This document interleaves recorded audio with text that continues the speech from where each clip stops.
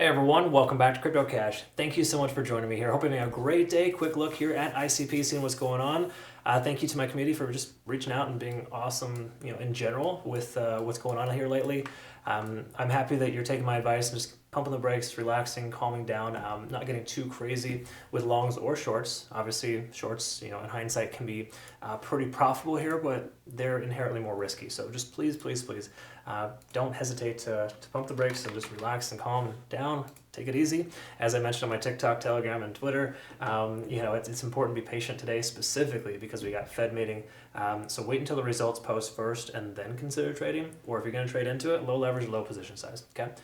When it comes to ICP, let's double check here. So we had to close out our long position here recently at a loss to the downside before we hit our stop loss. And some folks were saying, why did you do that? Well, truth is the market looks bearish and ICP is right there with it. Even though it's actually quite strong in the big picture, it still moved lower than our stop loss would have, so it would have triggered anyways, right? So again, it's okay to cut your losses, folks. That's part of the game. You'll get used to it over time. And to tell you, 20 years into trading, it never gets any easier. Okay, there's no other way around it. It's just you kind of got to take one, so to speak, and move on. That's just the way it goes. Don't get emotionally invested in it. And again, if you're using the same position size every single trade, it's never going to be a problem because you're used to either winning or losing a certain amount. Okay. All right. Having said all that, ICP, what's going on last 7 days here? We can see all this liquidity here at about 1220 just got swept pretty hard. So most of the recent liquidity is gone. If we take a look at the monthly, it might tell us a different story. I forget what we had here. We do have, oh yeah, that's right, down as low as about just say low $9 for every possible area of liquidity. So I'm not saying that level is going to definitely guaranteed to be hit, but there's a distinct probability if Bitcoin does come down to that 51,500 range for that Fibonacci retracement level. We've got a pretty big gap between the current price action and that lower level with a lot of liquidity left to be swept. It looks a lot like this. We could see the price continue lower. So it's probably best to presume the price will continue lower until it doesn't. Just again, that's basically how the market is looking right now. But I also wouldn't be surprised we see a slight relief rally here soon with Bitcoin and a few other coins. So just keep in mind, the market is not perfect, but we're in a situation right now where ICP definitely looks like it wants to recover, but we're still getting rejected out with these descending trend lines. So let's talk about that. Daily time frame first and foremost. Quickly to note, we're below all moving averages minus the 200. Same thing with Bitcoin. Good news is the 200-day SMA is working itself out to be hanging out right here at about that 1050 range. Okay, so I'd say a better case scenario for a good long would be 1050. In fact, I'm going to set my alert here just in general to kind of get perspective on that, because I do feel like we could very well see the price action at that level and that would be a good consideration for a long. Again, I'm going to reevaluate. I don't just jump in arbitrarily, but that would be a nice target to shoot for with a pivot or bounce off that 200.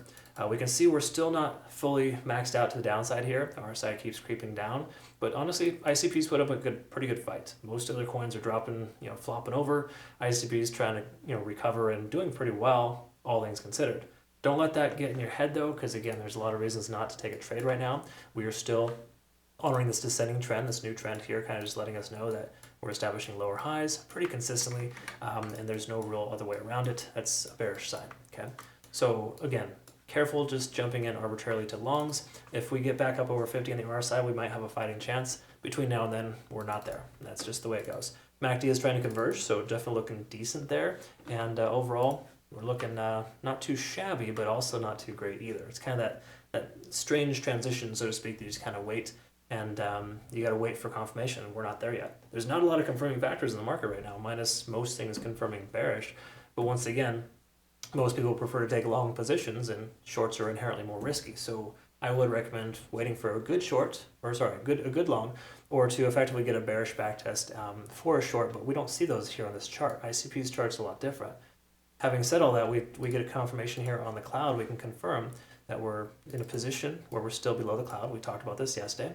And the same thing as well with the conversion line below the baseline, still showing that bearish momentum. However, we've intersected with the price action on the lagging span. That really just implies that if you have a short position open, you should have closed it by now. It doesn't mean you open a long position instantly. Try to avoid that reverse button unless you're day trading.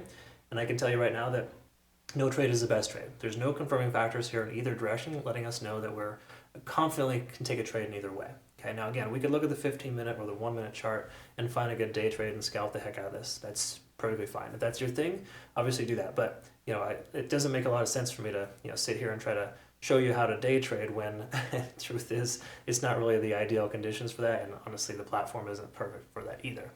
I may consider that some other time, but at this point here, folks, from a swing trader's perspective, no trade is a good trade. Keep in mind ICP is holding fairly strong. I don't expect ICP to dump.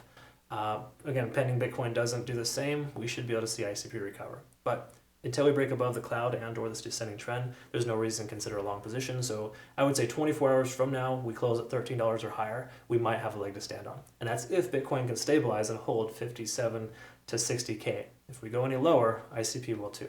All right.